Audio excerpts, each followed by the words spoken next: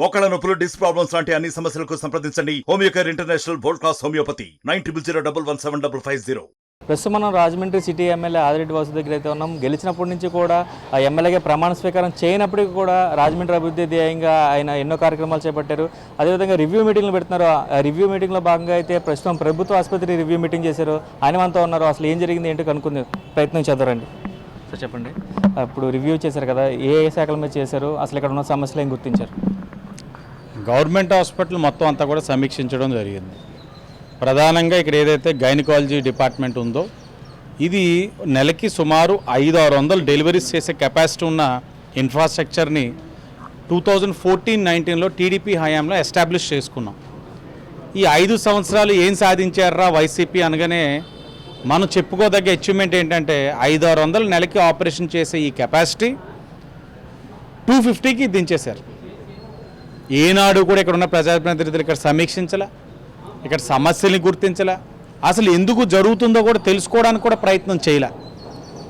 మేము నెగ్గిన వెంటనే మాకున్న బాధ్యతతో ఆరోగ్యకరమైన రాజమహేంద్రవరం జయం కోసం పనిచేస్తున్న ఆ సంకల్పంతో ఏం జరుగుతూ ఉందని తెలుసుకుంటే అవాక్కయ్యాం. తక్షణమే ఆ gynaecology department, DMHO, superintendent, ASHA workers వాళ్ళ యొక్క పాత్ర దీంట్లో చాలా కీలకమైనది. ఎందుకంటే ఆ గర్భిణీ స్త్రీలు అందరినీ ఇంటి దగ్గర నుంచి హాస్పిటల్ దాకా తీసుకురావడం, వాళ్ళకి ఫ్రీక్వెంట్గా టెస్టులు చేయించడం, పౌష్టికాహారాలు ఇవ్వడం, టెస్టుల్లో వాళ్ళకి ఏదైనా బ్లడ్ కానీ ఏదైనా లెవెల్స్ తగ్గితే అవన్నీ పెంచేందుకు గాను ఏం చేయాలో కార్యక్రమాలు అన్నింటిపైన కూడా ఆశా వర్కర్స్ యొక్క పాత్ర చాలా కీలకమైనది. అసలు ఆశా వర్కర్స్ వ్యవస్థనే ఇబ్బంది పెట్టింది వైసీపీ. ఆ ప్రభుత్వం మీద బాధతోట వృత్తి పట్ల నిర్లక్ష్యం వ్యవహరించారు. ఈ రోజున ఈ యొక్క హాస్పిటల్ యొక్క దయనీయమైన పరిస్థితి ఈరోజు ఇలా ఉంది. సమీక్షించాం, అందరూ కూడా చాలా హోప్ఫుల్గా చాలా పాజిటివ్గా రెస్పాండ్ అయ్యారు. 15 డేస్కి ఒకసారి రివ్యూ చేస్తామని చెప్పాం. డెలివరీస్ పెరగాలి, ఉన్న ఇన్ఫ్రాస్ట్రక్చర్ ఉపయోగపడాలి, ప్రజలకి ఇది ఉచితంగా చేసే హాస్పిటల్ పట్ల అందరూ కూడా ఆకర్షితులయ్యే విధంగా చెయ్యాలి. ఎందుకంటే ఇది హాస్పిటల్ మనం ఈ ఉభయ గోదావరి జిల్లాలో దీనికి ఒక ప్రాముఖ్యత ఉంది. ఎంతోమంది ఇక్కడికి వచ్చి ఈ యొక్క హాస్పిటల్ సర్వీసెస్ పొందుతూ ఉన్నారు, ఉచితంగా ఇక్కడ సేవలు అందిస్తూ ఉన్నారు. అలాంటి ఉచితంగా సేవలు అందించే హాస్పిటల్ని అందరూ కూడా ఉపయోగించుకోవాలని అంటే ఇక్కడ ఆ సిస్టమ్స్ అన్నీ కూడా సెట్ చేసుకోవాల్సిన అవసరం ఉన్నాయి. అవన్నీ కూడా స్ట్రీమ్లైన్ చేసాం. మేబీ 1 మంత్లో అవన్నీ కూడా స్ట్రీమ్లైన్ అవుతాయి. డెలివరీస్ సంఖ్య పెరుగుతుంది. ఇక్కడ ఏ విధమైన ఇబ్బందులు కలగకూడదని 15 డేస్కి ఒకసారి ఎమ్మెల్యేగా నేనే ఇక్కడ హాస్పిటల్ వచ్చి కూర్చొని ఎవరైనా సమస్యలతో ఉంటే నాకు నేనుగా ఆ సమస్యలన్నీ వినాలని కూడా 15 డేస్కి ఒకసారి వచ్చి ఏదైతే ఈ యొక్క అందరూ కూడా ఉంటారో ఈ హాస్పిటల్కి వచ్చే ప్రజలందరూ ఆ ఉండే ఓపీ బ్లాక్ దగ్గరే కుర్చీ వేసుకొని కూర్చొని వాళ్ళ సమస్యలు వినాలని కూడా నిర్ణయించుకోవడం జరిగింది. అదేవిధంగా చూసుకుంటే ఆశా వర్కర్ల జీతాల గురించి కానీ వాటి గురించి కానీ వైసీపీ ప్రభుత్వం చాలా ఇబ్బంది పెట్టిందని మీరు చెప్తున్నారు కదా, దీనికి సంబంధించి ఆశా వర్కర్లు మీకు ఏదైనా వినతిపత్రం లాంటిది ఇచ్చారా? ఏ వినతులు ఇచ్చారు? దాన్ని ఎలా సార్ట్అవుట్ చేయబోతున్నారు? జీతాల పెంపు అనే సమస్య ఉంది, ఉద్యోగ భద్రత అనే సమస్య ఉంది. గత ప్రభుత్వంలో ఉన్నప్పుడు రోడ్డు మీద అనేక సందర్భాల్లో నిరసన తెలియచేశారు, నెలల కొద్దీ ధర్నాలు చేశారు. ఆ సమయంలోనే వారి యొక్క వినతి పత్రాలన్నీ మాకు తెలియచేయడం, పార్టీ ఆఫీస్కి పంపించడం, సానుకూలంగా స్పందించడం అన్నీ కూడా జరిగినాయి. వారు కూడా ప్రభుత్వం మీద నిరసన ఓటు రూపంలో తెలియచేశారు.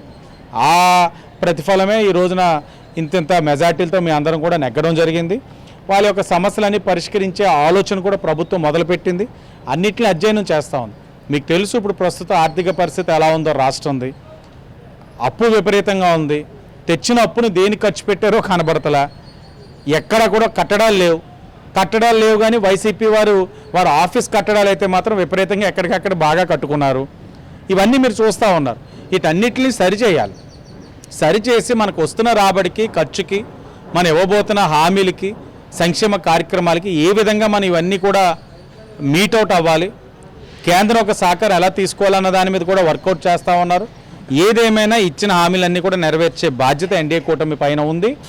కేంద్రం ఒక సహకారంతో అన్నీ కూడా నెరవేరుస్తామన్న నమ్మకం కూడా ఉంది. అదేవిధంగా చూసుకుంటే జగన్ స్పీకర్కి ఒక లేఖ రాశారు. తమకి ప్రతిపక్ష హోదా కల్పించాలంటూ కూడా ఒక లేఖ రాశారు.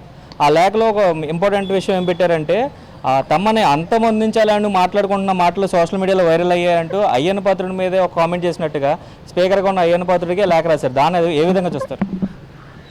జగన్ గారి మధ్యన ఓడిపోయిన తర్వాత కామెడీ ఎక్కువ చేస్తున్నారు. కామెడీ అని ప్రమాణ స్వీకారం నుంచి మొదలు పెట్టారు.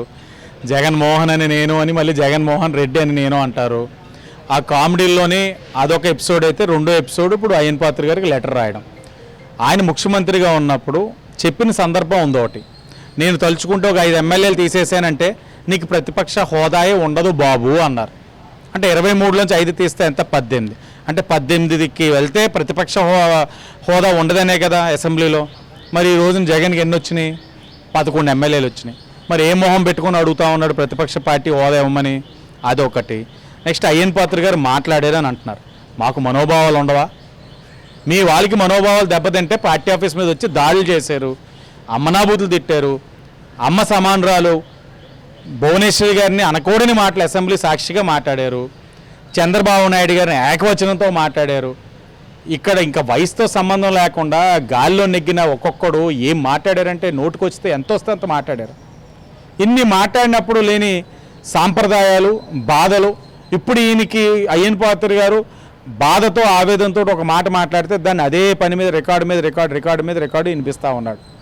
ప్రజలు నమ్మే పరిస్థితి లేరు. ఇప్పుడు అంతా కూడా సింపతికి ట్రై చేస్తున్నాడు ఆయన సింపతికి ట్రై చేస్తున్న ప్రతి అడుగు, ఆయన చేసిన ఈ రాష్ట్రంలో ఉన్న దరిద్రాలన్నీ బయటకు వస్తూ ఉన్నాయి. ముఖ్యమంత్రికి అంతమంది పర్సనల్ సెక్యూరిటీయా? అంతమందా? ఆ ఇంటి చుట్టూ అంత పెద్ద పెద్ద గోళ్ళ, అంత పెద్ద ఫెన్సింగా దేనికి? నా అనుమానం ఏంటంటే ఆయన ఈ స్టేట్ లెవెల్లో గొడవలు కాదు, ఇంటర్నేషనల్ లెవెల్లో ఏదో ఆట ఆడాడు ఆయన. అక్కడ గొడవలు ఏమో జరిగిపోతుంది చెప్పి ఏదో జరుగుద్దని చుట్టూ ఇంత పెద్ద ఫెన్సింగ్ వేసుకున్నాడు.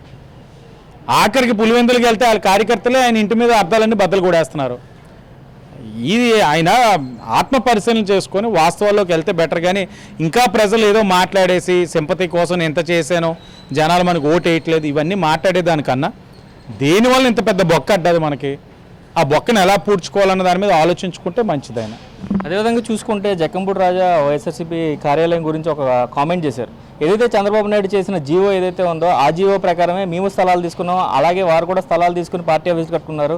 వారు కట్టుకున్నప్పుడు రైట్ అయింది, మేము కట్టుకుంటే రాంగ్ ఎలా అవుతుందంటే కూడా క్వశ్చన్ చేశారు. దానికి ఏం చెప్తారు సార్? రూల్ పొజిషన్గా ఏదైనా జరిగితే మేము రూల్గా చేస్తే, వాళ్ళు అదే చేస్తే దాన్ని తప్పనే అనం. కానీ మేము చేసేది ఏముండేదంటే లాంగ్ లీజ్ తీసుకున్న ఇంత దారుణంగా తీసుకోలేదు. నెక్స్ట్ మీరు నిర్మించుకున్నవి కూడా చాలా బొడ్డ ఆఫీసులు. వీళ్ళ ప్యాలెస్లు అయితే మాత్రం కట్ల. అవేం ప్యాలెస్లు అండి అసలు? అది అన్నీ ఒకటే థీము, ప్యాలెస్లు అన్ని ప్యాలెస్లే. అసలు ప్రజలకి రాష్ట్ర ప్రజల్ని కోరుతా ఉన్నాం, వారు ఏదైతే పార్టీ ఆఫీస్ కోసం ఒక ప్యాలెస్ రూపంలో కట్టించుకుంటున్న కట్టడాలు చూడండి. సామాన్యుడికి సెంటు భూములు ఇస్తానని దాంట్లో స్కాములు చేసి, ఆవ స్కామ్ అని ఇలాగ అనేకమైన స్కాములు చేసి ఒక్కరు కూడా ఇల్లు కట్టేబల, మీ డబ్బులతో మీరే ఇల్లు కట్టుకునే పరిస్థితి వచ్చింది.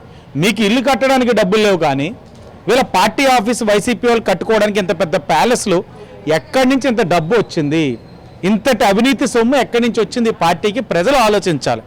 మా ఆఫీసులు ఉన్నాయి అన్ని చిన్న కట్టడాలు, పేద పార్టీ మాది, వాళ్ళగా రిచ్ పార్టీస్ కావు మాయి. అది వాసిరెడ్డి మనతో చెప్తున్న పరిస్థితి అయితే ఉంది. జగన్ ప్యాలెస్లు కట్టుకోవడానికి డబ్బు పార్టీకి ఎక్కడి నుంచి వచ్చింది, పేద ప్రజలకి ఇళ్ల స్థలాలు సెంటు భూముల్లో కట్టుకోవడానికి కట్టిస్తామని చెప్పి కూడా కట్టి ఇవ్వని పరిస్థితులు ఉన్నాయి. కానీ పార్టీ ఆఫీస్ కట్టుకోవడానికి ఇంత డబ్బు ఎక్కడి నుంచి వచ్చిందంటూ కూడా ఆయన నిలదీస్తున్న పరిస్థితులు ఉన్నాయి. అదేవిధంగా హాస్పిటల్ రివ్యూ చేసిన ఆయన హాస్పిటల్లో 10-15 రోజులకు ఒకసారి ఆయనే స్వయంగా వచ్చి ఎవరైనా పేషెంట్లు కానీ ప్రజలు కానీ ఇబ్బంది పడుతున్నారా లేదనే దాని మీద డైరెక్ట్గా రివ్యూ చేపడతానని కూడా ఆయన మనతో చెప్తున్న పరిస్థితులు ఉన్నాయి. ఇది రాజమండ్రి ప్రభుత్వ ఆసుపత్రిలో పరిస్థితి. కెమెరామెన్ విజయ్తో శంకర్, RTV, తూర్పుగోదావరి జిల్లా. మరిన్ని వీడియోస్ కోసం ఛానల్ ని సబ్స్క్రైబ్ చేయండి, లేటెస్ట్ అప్డేట్స్ కోసం వాట్సాప్ ఛానల్ ని ఫాలో చేయండి అండ్ లింక్ డిస్క్రిప్షన్ లో ఉంది.